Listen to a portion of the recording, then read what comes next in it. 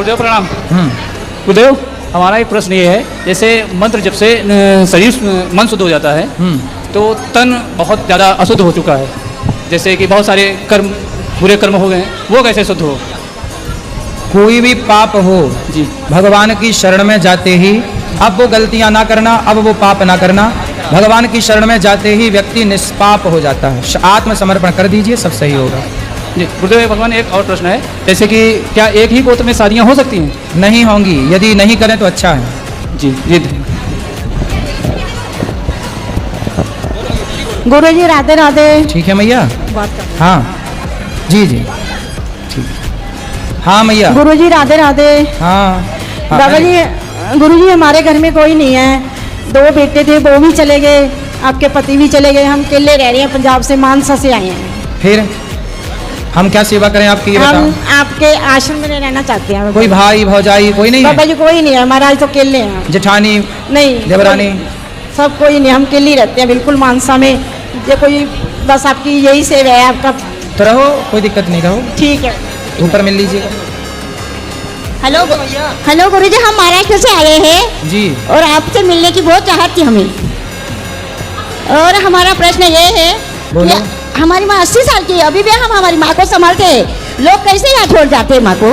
सही, आप अच्छी हो ना, इसलिए तो बहुत बुरा लगता है। हम टीवी में आपके हमेशा कथा सुनते हैं गुरु जी, और हमें आपसे मिलने का बहुत प्रेम था, इसलिए हम आपके मिलने के लिए दौड़ के चले आए। चलो, खुश रहिए, खुश रहिए, आप अच्छे हैं, भगवान आपको सुखी रखें। जय श्री कृष्णा गुरुजी। जी। मैं उदयपुर से आई हूँ और मेरा एक क्वेश्चन है कि आज आपने कथा में एक चीज़ बताई थी कि जब कोई आदमी की डेथ हो जाती है तो उसकी जो आत्मा होती है वो उसकी ब्रेन में चली जाती है। तो जब हम 13 दिन तक दुखी हो रहे होते हैं, रो रहे होते हैं, तो क्या उन्हें वो चीज़ फील होती है या उन्हें पता चलता है कि हाँ ये सब कुछ हो रहा है? वो सब कुछ देखते हैं, उन्हें वो कर कुछ नहीं सकते पर देख सकते हैं। तो वो जीव सब कुछ देखता है उन 13 दिनों तक। 12 दिन तक वो 12वीं करते हैं, 13वीं करते हैं अपन, तो जब तक उनकी आत्मा वहीं रहती है।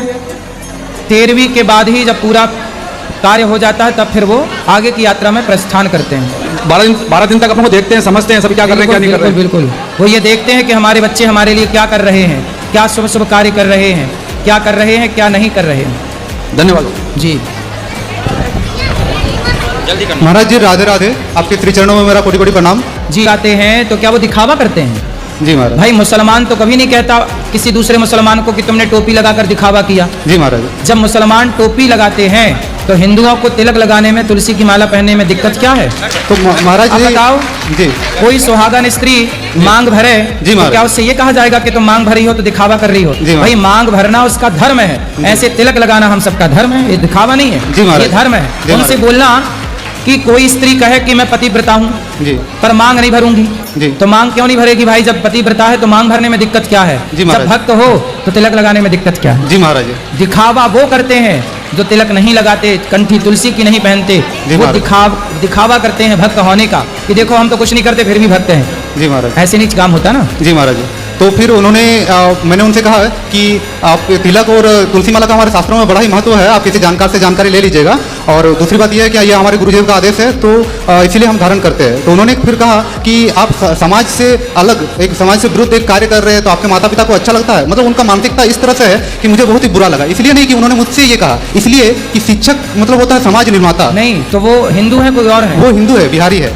हाँ। एक मैडम है, तो मुझे बुरा इसलिए लगा कि वो शिक्षक है, मतलब एक समाज निर्माता के पद पर स्थापित है। अगर हम आज हमारे ज्ञान प्राप्त करने के कई साधन- आजकल कुछ शिक्षक जी। आजकल कुछ शिक्षक ही बच्चों को भड़का करके सनातन धर्म के खिलाफ। अब देखो, जितने भी हमारे देश में जी क्रिश्चियनों के स्कूल हैं, जी महाराज जी। उन स्कूलों में अधिकांश अंडा खाने के फायदे बताए जा रहे हैं, जी महाराज जी। मांस खाने के फायदे बता रहे हैं। जी महाराज जी। तिलक लगा के जाए कोई बच्चा तो उसे रोक दिया जा रहा है। जी महाराज जी। अब ये कुल मिला के षड्यंत्र ही तो है। जी आजकल समस्या क्या हो गई, पहले पढ़ाने वाला जो होता था ना, गुरु होता था, जी महाराज कोई जी। ब्राह्मण होता था जी। जो मांस नहीं खाता था। जी आज पढ़ाने वाले जितने टीचर हैं जी। उसमें से 80% शिक्षक खुद मांसाहारी हैं जी और महाराज। शराबी हैं। वो जी। आपके बच्चों को क्या शिक्षा देंगे? जी महाराज जी। आज समस्या इस देश की यही है कि आपके बच्चों को मार्ग दिखा कौन रहा है? वो जो स्वयं मार्ग भटके हैं। जी महाराज जी। समस्या ये है। जी महाराज जी। और दूसरा प्रश्न ये है महाराज जी कि किसी ने कहा है कि कुछ पाने के लिए कुछ खोना पड़ता है, मतलब कुछ विशेष चीज़ को प्राप्त करने के लिए हमें कुछ चीज़ों का त्याग करना पड़ता है। जैसे कि इस प्रश्नोत्तर में भाग लेने के लिए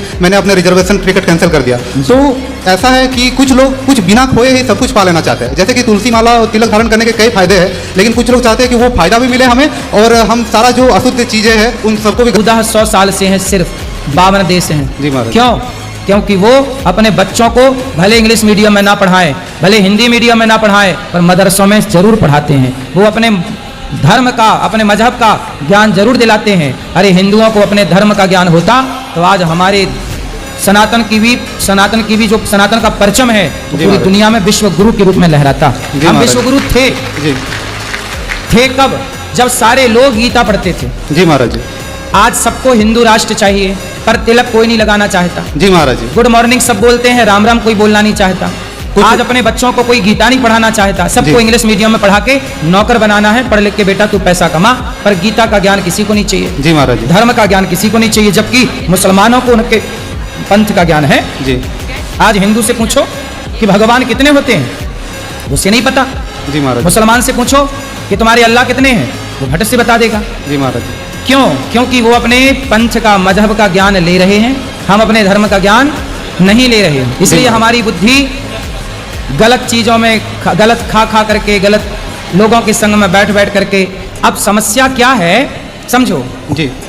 मुसलमानों को आज भी मुसलमान ही पढ़ा रहा है। जी महाराज जी। भाई ये बताओ, मदरसों में कौन पढ़ाता है?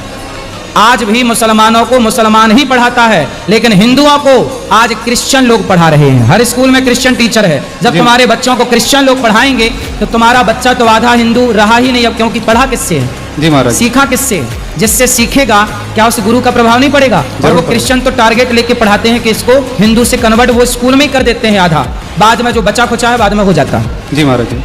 आपको क्या लगता है जो अपने को हिंदू कह रहे हैं वो हिंदू हैं? बहुत सारे ऐसे हैं जो हैं हिंदू, जी। नाम हिंदुओं का है, पर वो भाषा क्रिश्चियनों की बोलते हैं। जी महाराज जी। महाराज जी मेरा चौथा प्रश्न है कि कौन है आपका? मैं भाई। तुम भाई हो दोनों? सगे भाई?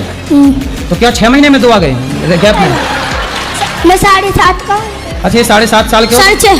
अच्छा हाँ, अभी बोले तुम 6 के और ये बोले 6.5 के, तब हमें कन्फ्यूजन हुआ। अब बढ़िया, गलती हो गई। गलती हो गई। चलो, अच्छे पहलवान हो। आपसे बहुत प्रेरित है, वो क्या करते हैं महाराज जी बताओ एक बार।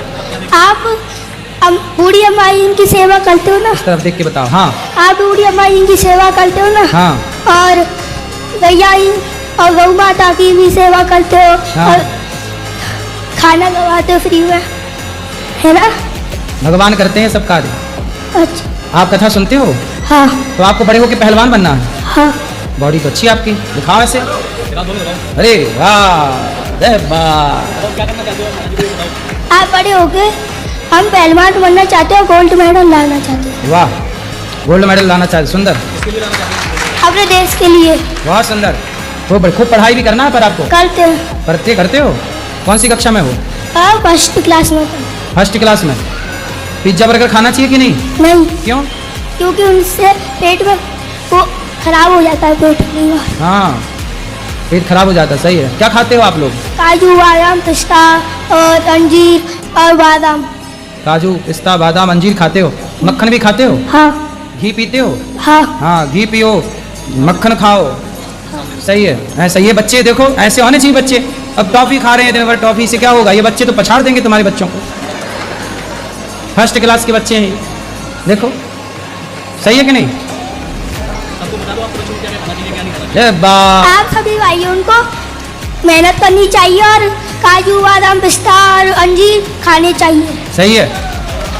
बोल जय बाबा की जय हो जाए। लाना बहनों को लाना, शादी ना कर रही हो तो समझाएंगे, करेंगी शादी। और गुरुजी हमारा एक और प्रश्न है, हम ये बताना चाहते हैं जी बोलो। वो